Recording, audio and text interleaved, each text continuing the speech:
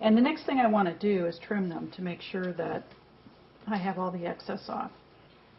And some of these are less perfect than others, and this is probably a pretty good example because you can see this is about 1/4 of an inch off, and I'm not really sure why that happens, but that's the way it is.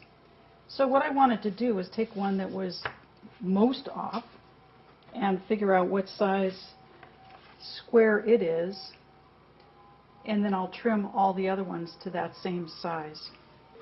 So in looking at this, what's going to happen is if I cut, what I did was line my square ruler up with 2 sides. So I've got these 2 sides, and then this is sticking out because I know I want to trim this off.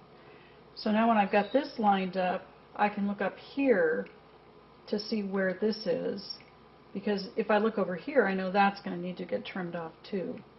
And because this is my 1/2 inch mark, I'm guessing that this is about 9 1/4 inches.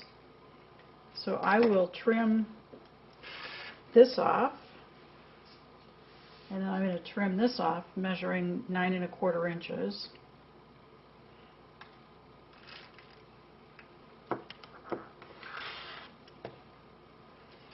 And now I need, in order to make this square, I need to trim off something from here. Now I could just trim it all off one side, but that usually ends up not being such a good idea because you've got your seam allowances. You want to match them up with blocks that are right alongside. So what I'm going to do is shave 1/8 of an inch off of each side. Because this is 9 1/2 inches, I want it to be 9 1/4 inches.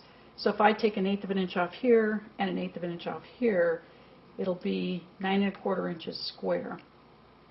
And once I finish trimming it, then I'll put it back on my square, and actually this ended up being 9 1/8. So I've got a choice. I can cut it all down to 9 inches, or I can just leave it 9 1/8. So at this point, I'm just going to go through and cut all my blocks so that they're 9 1/8 inches square, and then I'll be ready to lay them out and arrange them like I want in the quilt.